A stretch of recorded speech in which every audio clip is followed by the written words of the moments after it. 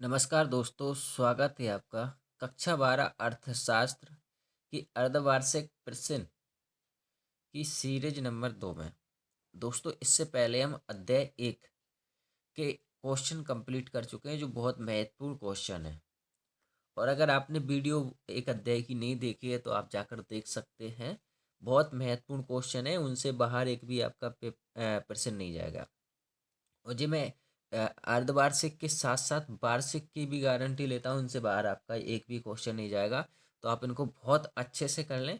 मैं आपको क्वेश्चन एक क्वेश्चन का और आंसर, प्रत्येक क्वेश्चन का आंसर बताते जाऊंगा। तो आप इनको बहुत ध्यान से पढ़ें।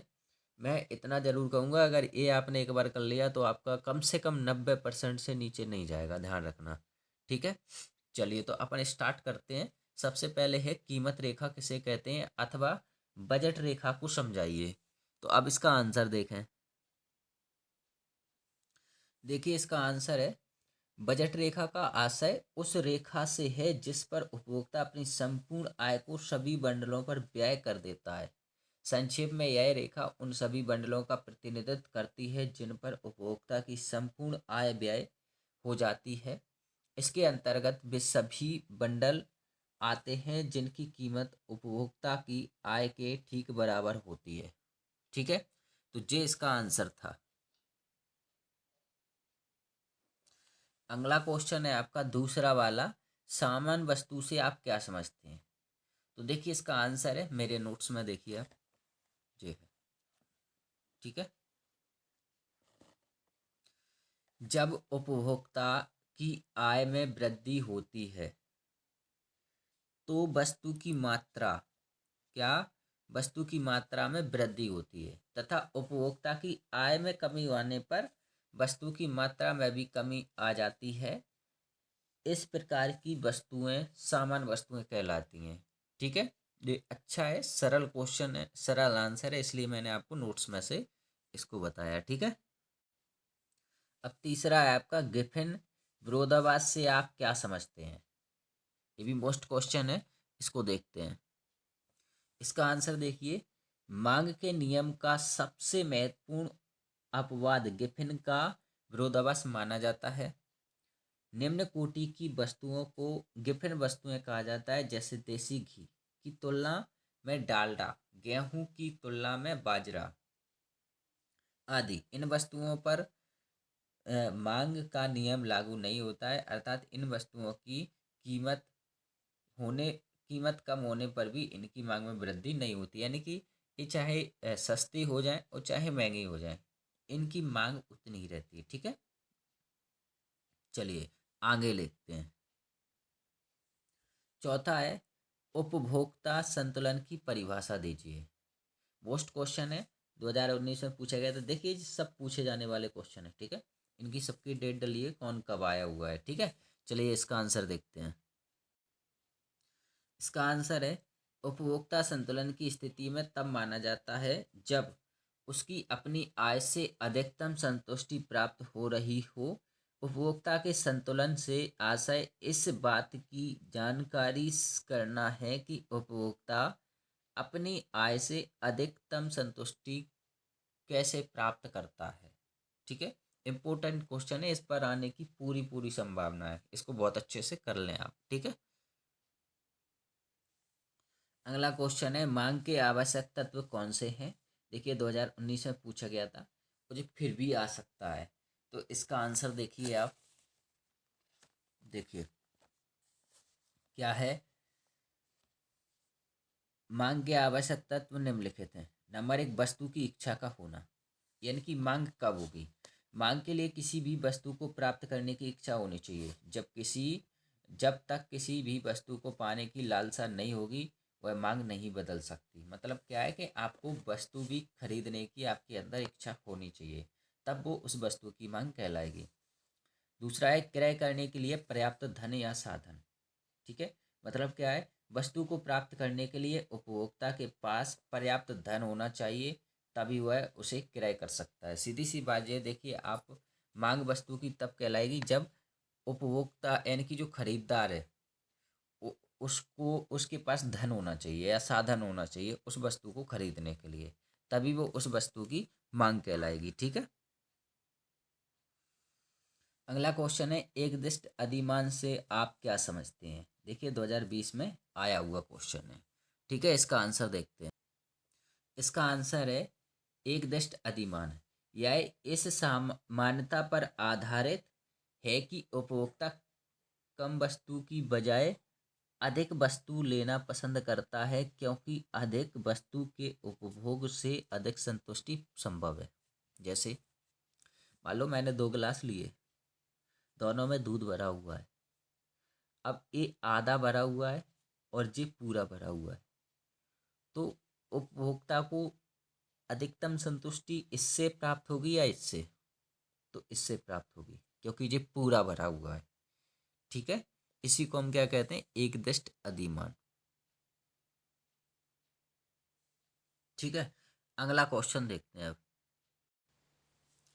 अगला क्वेश्चन है, निम्न स्तरीय वस्तु किसे कहते हैं, उदाहरण सहित समझाइए। देखिए 2020 में और 22 में पूछा गया सवाल है। ठीक है, इसका आंसर देखिए। इसका आंसर है, कुछ इस प्रकार की वस्तुओं जिनके लिए मांग उपभोक्ता की आय के विपरीत दिशा में जाती है को निम्न स्तरीय वस्तुएं कहा जाता है। उपभोक्ता की आय जैसे जैसे बढ़ती है, निम्न स्तरीय वस्तुओं की मांग घटती जाती है, और आय जैसे जैसे घटती है, निम्न स्तरीय वस्तुओं की मांग बढ़ जाती है। निम्न स्तरीय वस्तुओं के उदाहरण निम्न हैं, जैसे निम्न स्तरीय खाद्य पदार्थ, मोटे अनाज, ठीक है, व देसी घी की तुलना में वनस्पति घी। इसका मतलब ये है, जब व्यक्ति के पास पैसा आ जाता है तो वो महंगी महंगी चीज़ें खरीदने लगता है, और जब उसके पास पैसे की कमी होती है तो वो सस्ती सस्ती वस्तुएं खरीदने लगता है। उन्हीं को, जो सस्ती वस्तुएं होती हैं, उन्हीं को क्या कहा जाता है, निम्न स्तरीय वस्तुएं। ठीक है, चलिए अब अगला क्वेश्चन देखते हैं। अगला क्वेश्चन है, उपभोक्ता बजट को समझाइए। देखिए 2020 में आया हुआ क्वेश्चन है। ठीक है, इम्पोर्टेंट भी है, इस बार भी आने की संभावना है। चलिए तो इसको देखते हैं अपन। ठीक है, देखिए ये इसका आंसर है आपका। ठीक है, क्या है, किसी उपभोक्ता बजट, इसी प्रकार से आपको लिखना है। देखना, बहुत मैंने उसी प्रकार से लिखा है ताकि आप नोट्स में, यानी कि जो पेपर में लिखो, तो इस हिसाब से लिखते चलो। ठीक है, किसी उपभोक्ता के पास केवल एक निश्चित मात्रा में पैसे या आय ऐसी दो वस्तुओं पर व्यय करने के लिए हैं जिनकी लागत बाजार में दी गई उपभोक्ता दोनों वस्तुओं की अलग अलग या मिली जुली ऐसी मात्रा को नहीं खरीद सकता जिनका वह उपभोग करना चाहता है।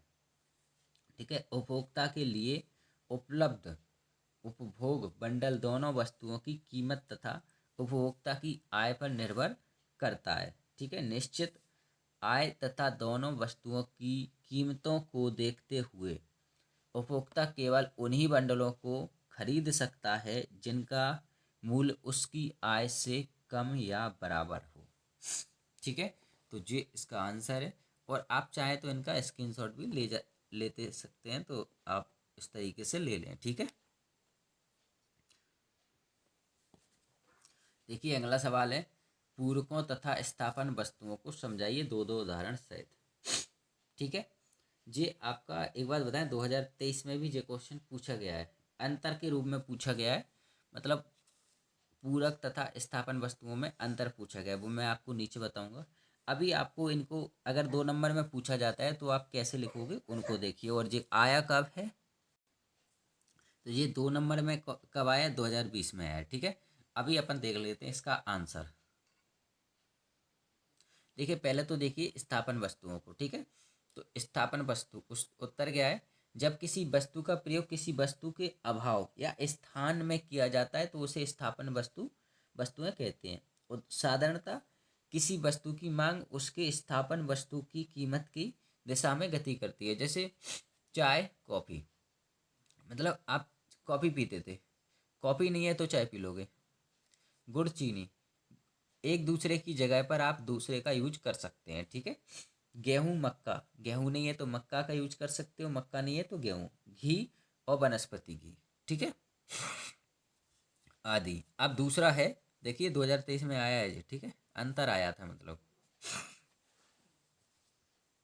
अब पूरकों को परिभाषित कीजिए उदाहरण सहित।